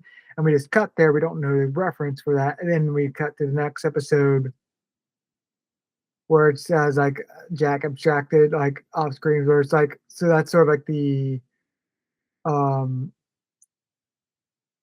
hook, instead of the hook being Kane's dead, the hook is like, we don't, wait, what happened? And then just to sort of help get more pace, where I feel Jack should have been a lot of the focus, but, like, I would have also given slightly more focus to Kane too, just so it's more balanced like that. Because I feel they are supposed to be two, like, I feel most people agree they're supposed to be two sides of a coin. However, Jax is like over 2/3 of the episode is on Jax. And, like, I feel not necessarily like that Kane should have, that Jack needs less time, but I feel Kane should have had a little bit more time just to sort of, like, because we do get where it is a little confusing about what timelines of, like, what's going on with Kane. I feel like giving a little bit more time, like 10 more minutes to, like, focus on Kane's, like, self reflections and all that, I felt would have balanced out the story a little bit more. Shit. I mean, I don't have a problem with Jax being the longest part because I feel like he's was sort of the crux point, and they had that in mind from the start. Kane, while I agree that the pacing of like some of his breakthrough moments was a little like, okay, what's going on here? I don't particularly know what the solution to that would have been. I mean, clearly, it's always possible to do something even better. Clearly there would be one, but yeah, like his portion was like definitely had the least forward momentum in the first place. And I mean, I'm cautious of the yawn factor, the twitching in your seat factor, if they were going to try to drag that out even more. So I don't know. I don't know if like they just needed sharper focus, more clear communication of some things, or if they could have stood to flesh some stuff out and they only didn't because, overcompensating for the fact that his is more slow and reflective. It's one that I'm reluctant to call like this is definitely the solution on from my outside looking in perspective. Like I say, like I won't say it's like a ruining thing, I'll just say it's just where like I feel like that's where the pacing could have been a little better, because it very much is like Kane's supposed to be the reflection of Jax in terms of like that, and like so it felt it would have been give him a little bit more time just to sort of like balance it out. Because I feel honestly the pacing for Jack's parts were perfect. I feel like Kane's should have been a little bit more like I felt Kane's felt a little cliff notey at times. That's why I say I wish they would have sliced some of episode 9 and put it on the end of episode 8. So the cliffhanger isn't that Kane's dead. The cliffhanger is like what happened to Jax or something like that, or what's going to happen. And then like that would have let them have a little bit more time with episode 9 to like give Kane more time. Mm-hmm. Yeah, I mean, obviously, trying to like extend episode 8 even more could have been its own can of worms. Like, okay, how do you keep the pacing going along smooth? But yeah, episode 9, it's my third favorite of the bunch, and I mean, the pacing is one of the reasons how it basically feels like 3 episodes in one. Not 3 long episodes, but you know what I'm saying. So there's definitely room in episode 9 to split into other episodes, though. I will say that. Mm-hmm. I mean, yeah, it's one of those things where like, there's no one thing that's so clearly a mistake, or just like that there's such a simple rule of thumb that like, oh, you do that and the problem is solved. Like, it's good stuff, but I mean, that we all, I think, know what more forward momentum looks like that compared to this basically 3 stories in one.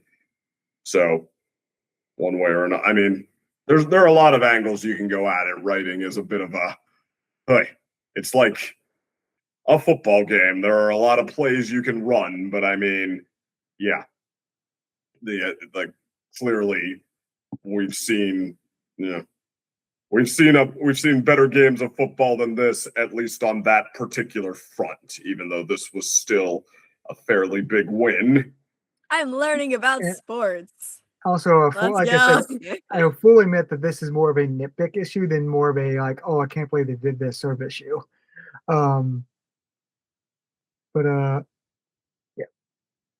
says. It's like I always said, I felt they could have just tweaked it more, just because, but overall, I still love the finale, like the parallels between Jax and Kane. You felt like they could have pushed them even harder? Yeah, just more balance and just sort of like, so it didn't feel like Kane's part was very rushed, because it does feel like Jax is like such like up until that, like his resolution is so perfectly paced. And I was like, oh yeah, then here's Kane's part, which is very good, but also felt like a little bit more time for that area of the episode to breathe I felt would have been even better. Yeah, I mean, if they found some kind of like an all-time highlight to do with Kane, like, something that was right up there with the most powerful moments we saw from Jax or whatnot.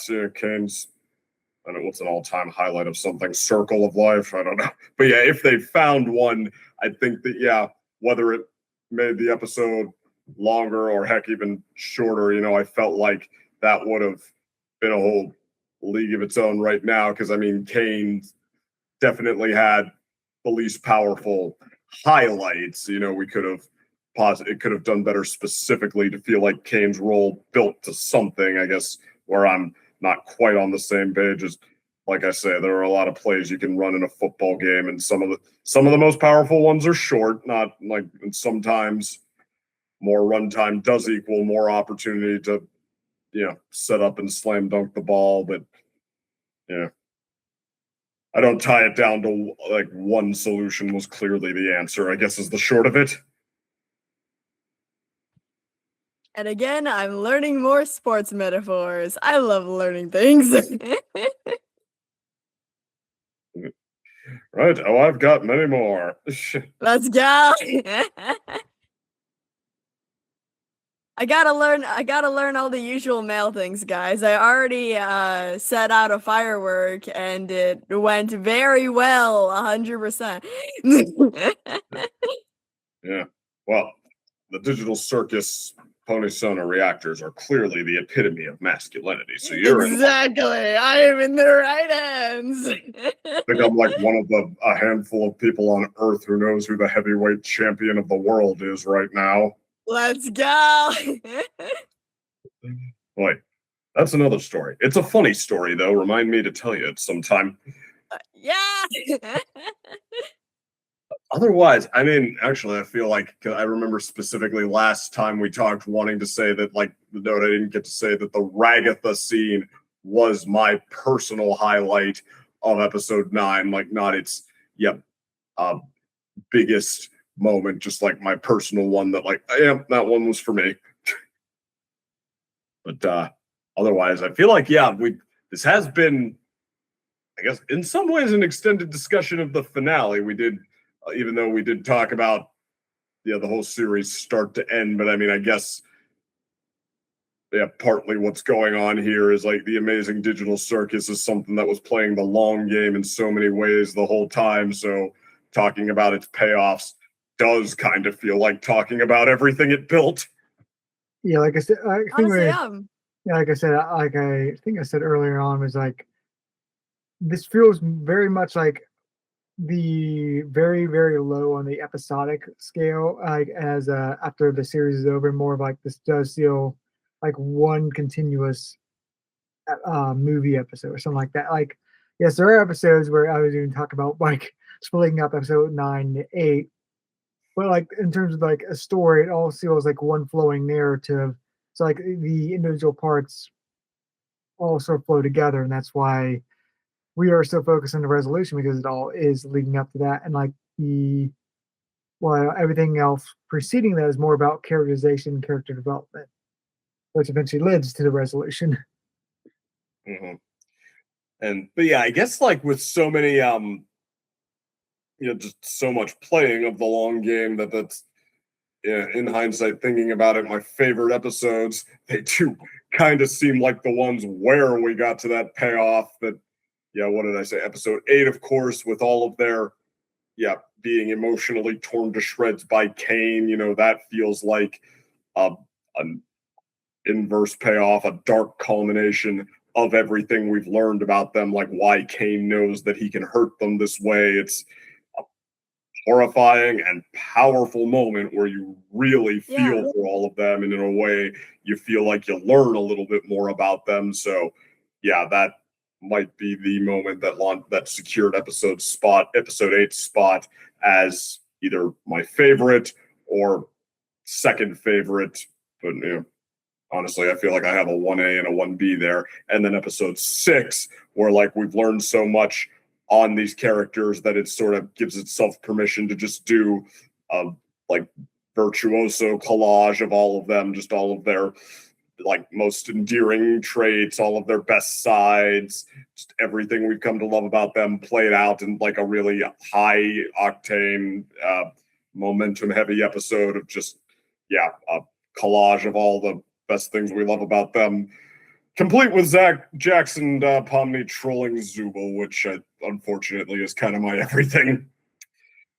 Let's get I might even group episode 3 in there as well, because the Kane payoff, even though that came as a bit more of a surprise that or I said Kane, I meant Kinger, the Kinger payoff that came as a bit of a surprise that just recontextualizing this character so hard that, I mean, that's one way to make you really, really fall for someone. And Yeah. that's even just what he says in the final comment, conversation with Pomni, just as he starts to become more competent about handling this, and even just seeing that he cares too, that the chips are down and now all of a sudden he's a lot more protective and fatherly, that that in an episode that's and I guess the episode, I don't even know what to say. Is the episode around it a B plus? Is that why I didn't have that one as a favorite at first, or was I still learning how to love it?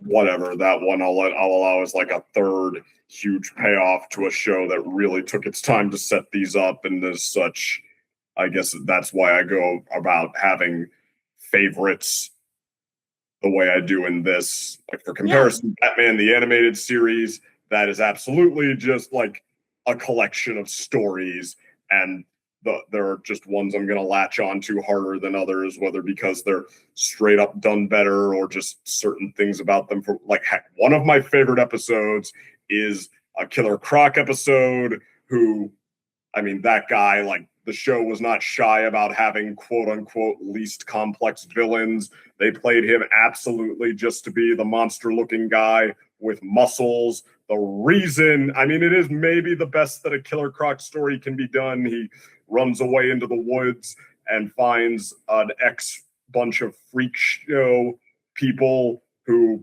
are living on their own and saving some money and stuff. And Croc likes, getting a lift, getting some protection for a while, but then he is thinking the whole time about betraying them and stealing their money, because Croc is not misunderstood. He's an honestly bad person. That's the moral.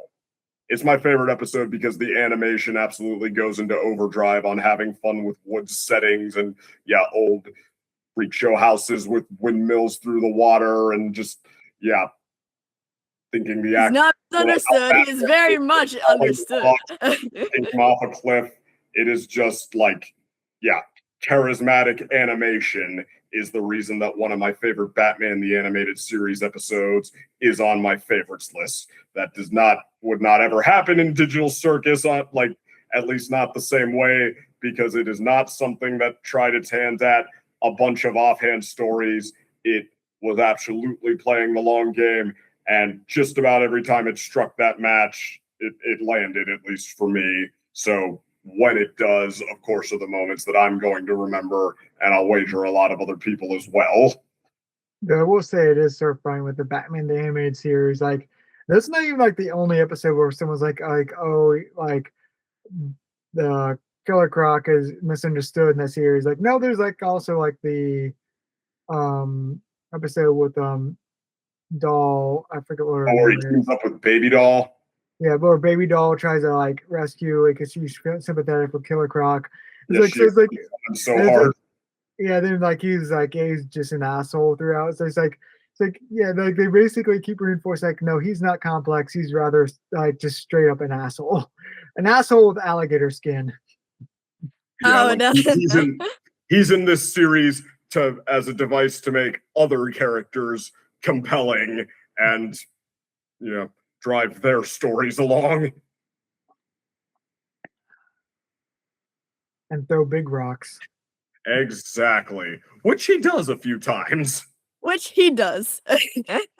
Yeah, he doesn't just talk about it, even though that's one of the funnier moments when he does. Boy. But yeah, it's like I said, different shows, different strengths, and this one was clearly a long game kind of show. Definitely. Which is why we're all probably going to, tonight and forever after, spend a lot more time talking about the payoffs to the long game than anything else. Yeah. It usually is just the payoffs. Yeah. Like I said, we have our shows where just a collection of stories that these guys really wanted to tell, some of which call back to other things, some of which not so much. An Avatar: The Last Airbender, that's one I would actually kind of put in between the two, because while there's clearly an underlying story being built on the whole time, where they, like, the episodes of the day are always like exploring different places, different moods the characters are in, like they always find something very unique to express, while sometimes capitalizing on, all right, this character used to be here, now they've built to here. So honestly, that's, I guess, one of its many strengths. It was kind of juggling the best of both worlds the whole time. Really. And why even now it might still be my favorite show. But that aside, Yeah. that's where Digital Circus, one of its unique points of uniqueness, it was not afraid to play the long game. And despite the fan backlash that has me going back to my second opinion-ish, you basic bitch critics of 2020. Let's go. Despite that, I'd say it won the long game. Let's go.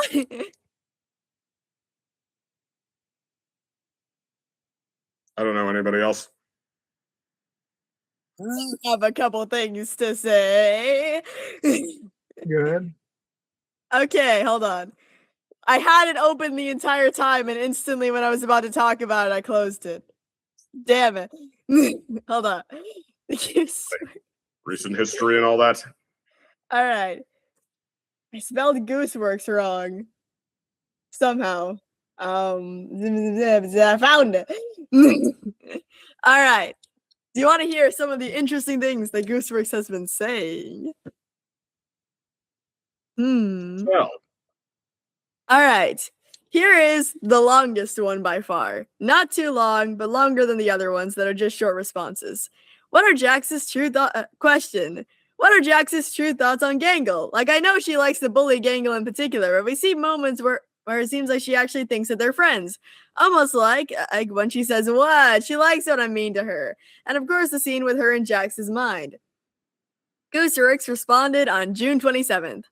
I think Jax takes her complex feelings on her mother out on Gangle, but tries to justify it to himself through delusions that it's not actually abuse, even though it is. Most abusers don't think of themselves as abusers and tend to make up a reality of which their abuse is either not that big of a deal, or it's somehow warranted. And as from Gangle's perspective, she was at a very vulnerable place when she joined, and Jax took control of their relationship. She formed a bit of a codependent bond with him, even though it's just mostly caused her pain. Losing a friend who frequently hurts you can fill you with a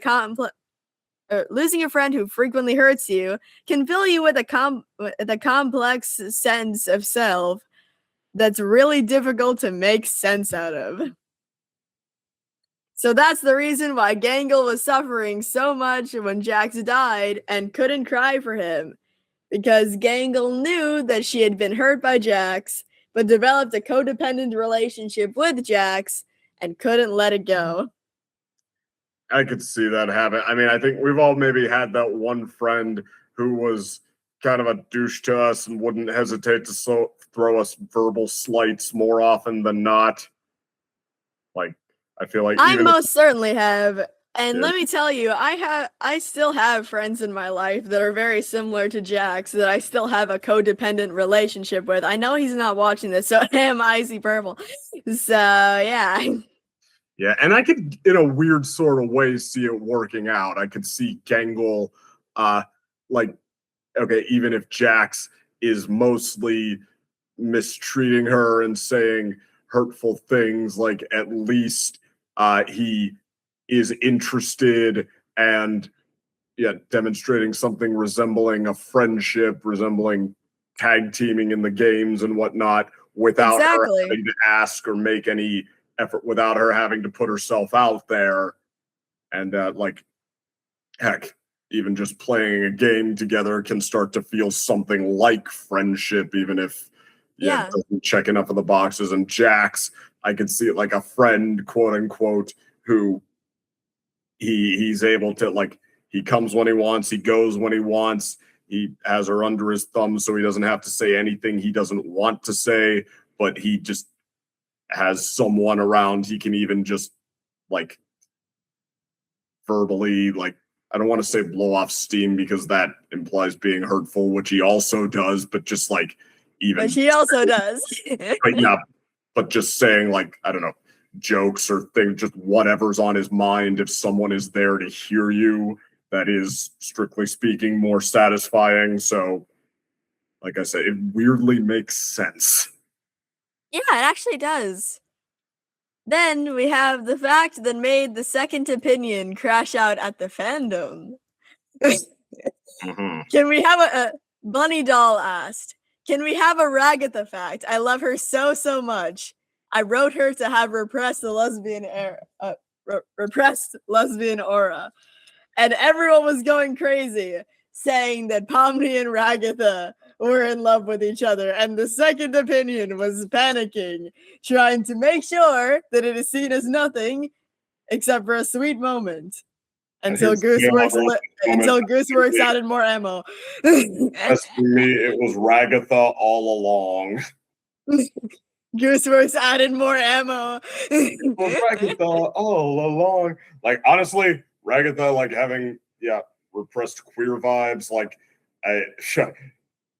abusive Makes parenting, sense. I'm like, you know what? If you're free of that and you have wings to spread like things you've been stuffing down, more is better. Let them all out. I hope you have all the things. And I mean, Ragatha, like, be a little queer, has that to let out, like, finally as well. Then, like, I'm like, go for it there. But, like, stop making everything about your fanfics, like, co-opting the Exactly. for completely different reasons to support that. You don't Everyone even keeps need saying that it's canon. Everyone keeps saying that Ragapom is canon, and the second opinion crashes out in real time. Right. No, I mean, don't get me wrong. I could totally go for that. But, like, let their moment of beautiful friendship be a moment of beautiful friendship. That is the key word. Friendship. It can be a moment of beautiful queerdom. Friendship. A big sign that says friendship, and then the Gooseworks tweet X'd out. Friendship. Oh yeah, the Gooseworks' next tweet is going to be like a picture from that scene with friendship crossed out. Oh my god, that'll be hilarious. Oh no. And then there's also like, even if you are a couple, which not yet for them officially and all, like, there are different types of beautiful moments between you. Like, Daylover and I absolutely have moments of beautiful friendship. We have moments like where we, one of us comes up with a joke that makes the two of us and nobody else in the world laugh, and like that's absolutely perfect. Or we have like couples heart to hearts, or like whirlwind romance, or like beautiful fights where we've worked each other over for 12 rounds, and then when we're both on our knees, you still love me, right? Yes. Kiss. Aww. So I mean, there's different types of beauty and different types of moments. Like, it's just, to me, that leaving the jokes aside for like half a second here. To me, the moment where like Pomni hugs Ragatha as she's trying to go back to people pleasing, trying to appease her way out of what she sees as difficult emotions in that moment. The hug that says, "You don't have to do that. I'm, you're as important to me as I am to you." Like, that's that type of beauty in that moment, and not like, oh, hey, by the way, we love each other. Like, yeah. There's also another one, again about Ragatha, which is also about Zubul as well. Do you have any fun facts about my beautiful, majestic, gorgeous, amazing, stunning queen Ragatha? She 100% referred to Zubul exclusively as she, her for the first few weeks of them being there. And once she learned they were non-binary from everyone else, she apologized relentlessly for 3 solid days. So wait, I'm getting my wires crossed here. Who realized what about being non-binary? Ragatha was told by another member from the circus that Zubul was non-binary, and Ragatha had been exclusively calling Zubul she, her for weeks. So as soon as someone actually told Ragatha that Zubul was non-binary, Ragatha was apologizing for 3 solid days to Zubul and would not stop just saying sorry. Oh, sounds like Ragatha. So yeah, it turns out that Ragatha is actually not only an ally, but also is still very sorry to Zubul to this day. Excessively apologetic, yeah. Excessively apologetic. Sounds like me. In there, right? Also, one that's actually an interesting thing for lore. Did you plan to abstract any other characters or just Jax? Not just Jax. I'm pretty sure it was in the very first pitch Bible. So there is a potentiality that the last abstraction is Jax. Here. So they all found their emotional center. Yeah, because she says that she didn't plan to abstract any other characters. So, Well, that's good because there was a poll I saw, like, yeah, from here on in, after the last episode, who is the most likely to abstract going forward? Can you guess who won? Kinger? The guy who survived all this is most likely to abstract now that everybody's happier? I don't know, man. I don't know who could possibly abstract after all that. Boy, really? I thought it was kind of going to be the an obvious answer. Who was rated the most? Gangle. Yeah. I mean, yeah, Gangle is has a lot of sadness even without anybody's help. Yeah, she is already pretty unstable, so that kind of makes sense, even if we do have confirmation that, like, there's probably not going to be any more abstractions. Yeah, well, I do like the confirmation, weirdly. It's kind of nice to know that not even the people who have some stuff to work through, we've created a healthy environment at long last. Yeah. There's also very, very important information of if Kinger, with the cube, were to break the fourth wall and say a few words to us, what would he say? I'm Kinger, and I'm breaking the fourth wall in this amazing digital circus. Period. That's it. So important, guys. Right. I don't know. I could picture Kinger in insane mode, just like, well, hi there. I'm breaking the fourth wall, aren't I? Yeah, true. Standing right behind you, aren't I? Also, what was the conversation between Ragatha and Pomni in episode 6? What did they talk about? Basically exactly what Kinger and Ragatha talked about. So, apparently Ragatha had 2 of those conversations. It just one of them happened entirely off screen. Dun, dun, dun. Also, what is the most major rewrite you had to make during production? Basically, all of episode 7. The original was terrible. Oh, she didn't like the first draft of the Abel episode, huh? Apparently, it was really bad. Also, is there any specific reason why Isn't She Lovely was picked to be in The Amazing Digital Circus episode 9? Because I liked Stevie Wonder and was listening to his stuff while writing. So no particular reason except for Goose just liked it. That works for me. And also, what happened to Dobie, aka Scratch, after CNA went under? He died horribly. So the guy with the brain tumor died horribly. Good to know, I guess? Hi. I don't know if she's trolling us, but I mean, cancer is certainly not a nice way to go. Yeah, I mean, she said it was like after CNA shut down, he died horribly. So, oh no. I mean, I guess I'm not surprised to hear that they couldn't save him from a brain tumor, but, you know.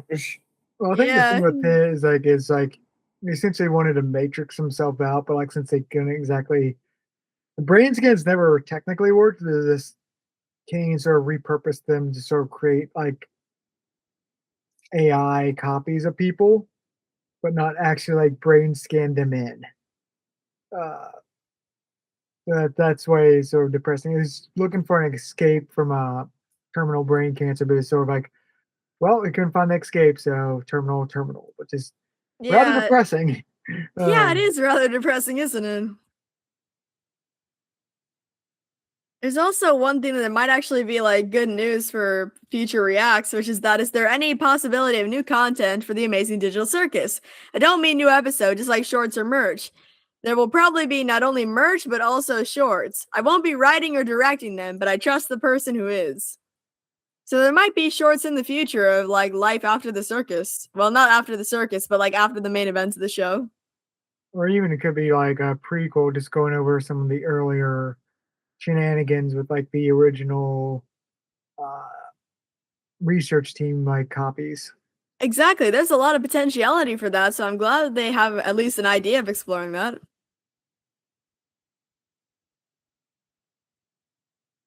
Also, like, let me see. There's some. This one is just funny, but it's also kind of interesting. What would happen if Kaufmo didn't interrupt Jackson Ribbit's talk? Something dreadfully homosexual. I guess we have fucking Rabbit Ribbit Yuri in 2026. Don't. Something dreadfully homosexual would have happened if Kaufmo wouldn't have opened the door. Hey, well, that would have been. Oh God, I can't say it. I see the pun you're going to. There's a lot of puns you can make about this interaction. Endings that would have been much happier. Yeah, that's the way to put it, man. That's the way to put it. I'll show myself out now. Something dreadfully homosexual, that's all I'm saying. It's something dreadfully homosexual. Oh, Also, there is something about casting the actors, which is actually an interesting behind the scenes thing of like the real life versions of the characters. Did you already know what the characters would look like from the start, or did you only decide when you cast the actors for the live action scene? They gave me a huge list of actors. I looked at them until I saw ones and said, "Yeah, I can see it." So that's how Goose hired them. Just on, yeah, I they can don't see actually it. have any lines, the live action ones. Yep, she was just like, "Yeah, I can see it." Yeah, they're more or less just literal stand-ins. Yeah. So, but I guess one more talking point I forgot to mention up is, so what exactly was Jax and Pomni's relationship? Because it was shown to be very close, but like it didn't seem really closer than like Jax and Ribbit before that split. So it's like, what exactly did he see or she see Pomni as? I mean, I guess she sees Pomni a little bit as a replacement for Ribbit, and now we know something dreadfully homosexual would have happened if Kaufmo didn't open the door. So I actually have no idea at this point. Because like it's sort of like implying like a lot of Jax's last thoughts before abstracting was focused around Pomni and all that. It was like, I want to be focused more about Ribbit because Ribbit definitely seemed to be more important to Jax overall. And also, Jax is lesbian, so Jax obviously had a crush on Ribbit. Yeah, I mean, we know like, now. they well, I mean, Ribbit is clearly the one who got a lot deeper, and not least because Jax didn't have both are fine. Her guard up through most of their relationship. They got to have all the playful teasing and but didn't have her guard up until until the point where she overshared and flipped out. And but yeah, Pomni going on again. I guess there's a few ways you could take that. I know some fans ship them, so it's not nothing. And you could argue that, in some ways, Pomni managing to cut back through the ice, that never happened with Ribbit. Yeah. I don't know, like that. And thus the second opinion gets tormented by shipping again. Right. What a tragedy.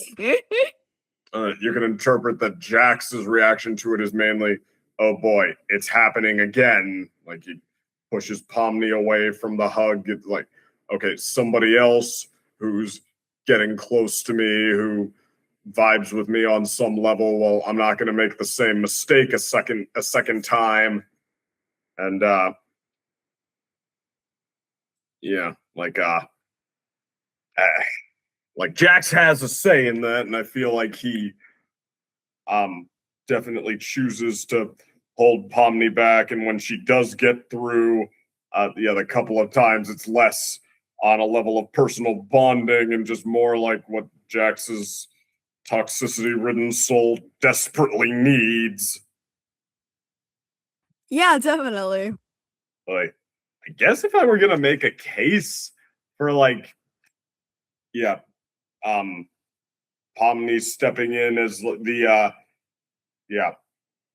one that Jax would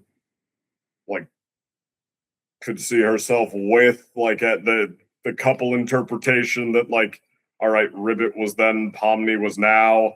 I will say, for example, Daylover was not the personality that I kind of pictured myself ending up with for a long time. I was always the one who the good grades and the working hard at my athletics, and I was going to surely wind up with some nice bookish gal who would have sweet little dainty conversations, not the taekwondo belt from Denmark with the count of ribs she's broken and the painfully corny and also dirty sense of humor and the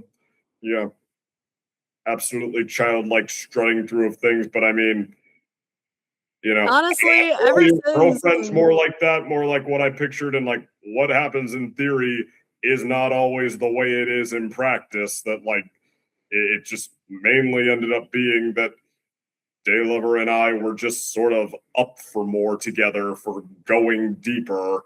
And I mean, the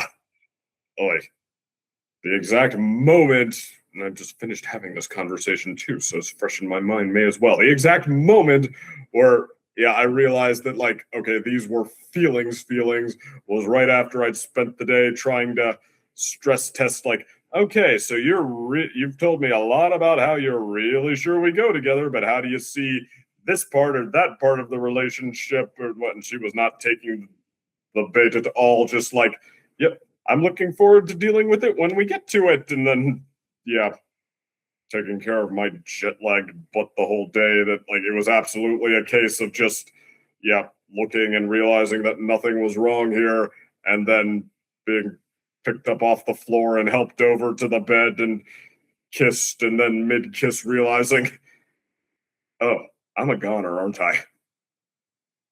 Aww. It doesn't always follow rules. Sometimes what works is just what works.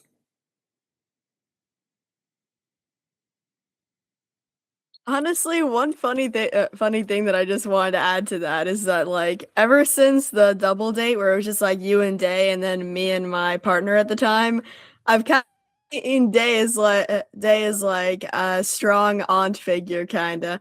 Well, she's going to be very flattered to hear that. Yeah. You're here. Yeah. In fact, one time I told my mom about Day, and she said that she was glad that I had a strong female role model. So yeah. Oh, awesome.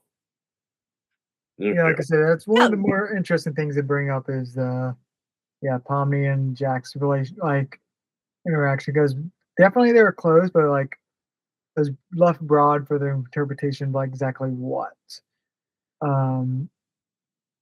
Let me see any other. Oh, I might as well mention Jenn left her quick thoughts since she can make it in tonight, which was essentially existential horror on Saturday morning cartoons. Let's go. Boy. Actually, I guess this is the side we didn't cover that I might have mentioned it before, but I do think there was well, we did have individual journeys, and a key one, even I guess, like there was a broader moral in how it drew the conclusion with, okay, this is what your selves that you were brain scanned from are up to in the real world. That, yeah, I think it's a metaphor for mourning your perfect self. I think that this, yeah, the story here with like these characters, I think this is a case of like people who think that their best selves, their ideal lives have been derailed and ruined maybe forever. Like, you caught depression and you fell behind on all the stuff you were hoping you'd succeed on, or yeah, you crashed out, your partner split from you, your life went in a different direction, you just don't have what you could have had. I think what the show is saying with the making all of the real life counterparts basically the best version they possibly could have hoped for what they remembered, for what they were in the middle of. I think it's basically saying, you know what, maybe, there's such a thing as something happening to you or to somebody that just didn't need to or deserve to happen. And, maybe you would have been exactly like that person who had that thing you were dreaming of, but for the fact that that didn't happen to them. It happened, but that doesn't mean that your life now still isn't valid, still doesn't have a lot of beautiful things in it, and isn't, something on its own to still cherish and work towards goals within, and et cetera, like as one random YouTube commenter put it, beauty in a static life is also a thing. Anyway, in fact, I feel like mourning your perfect self is actually a really good interpretation. I appreciate that. Anyway, and heck, since I've already pulled out all the other second opinion classics of the Tai Chi philosophy here, we do say that very often the greatest master is not the one who never struggles. The greatest master is the one who is able to figure out their zen and their balance from over top of the most conflict. Like, if you're someone who's able to consistently perform a certain way, because if you've had the worst pain happen to you, the worst misery, the craziest, upscale disaster that anyone has ever imagined, and your achievement, your expertise is that you know how to function and be okay after all that. Even if that's the only thing you know, then you are a master. You have figured out something on a level most people do not. You have skills that are deeply effective and do apply to something that other people would benefit from learning. So, like I said, the achievement where, like, climbing a giant mountain is not the only achievement. Climbing out of the bottom of a huge ravine is in many ways just as big. Yeah, definitely. In some way, and it kind of just as important, because that's also a skill that some people are going to need. Thank you for coming to my TED Talk today. I think that's absolutely the last thing all I got. All right, but I guess with it being about 12:30 at night now, I guess any other closing thoughts for Amazing Digital Circus? One very important one. Gooseworks was asked if Jax transitioned, what would she change her name to? Any ideas on what? She'd change it to Gretchnedge, just to fuck with everyone, before later changing it to Lily or something gay like that. Okay, Gooseworks is a little bit of a troll.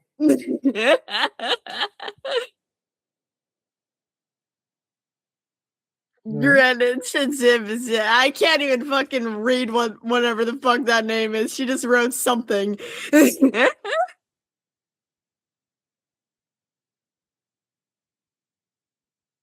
With that said, any other?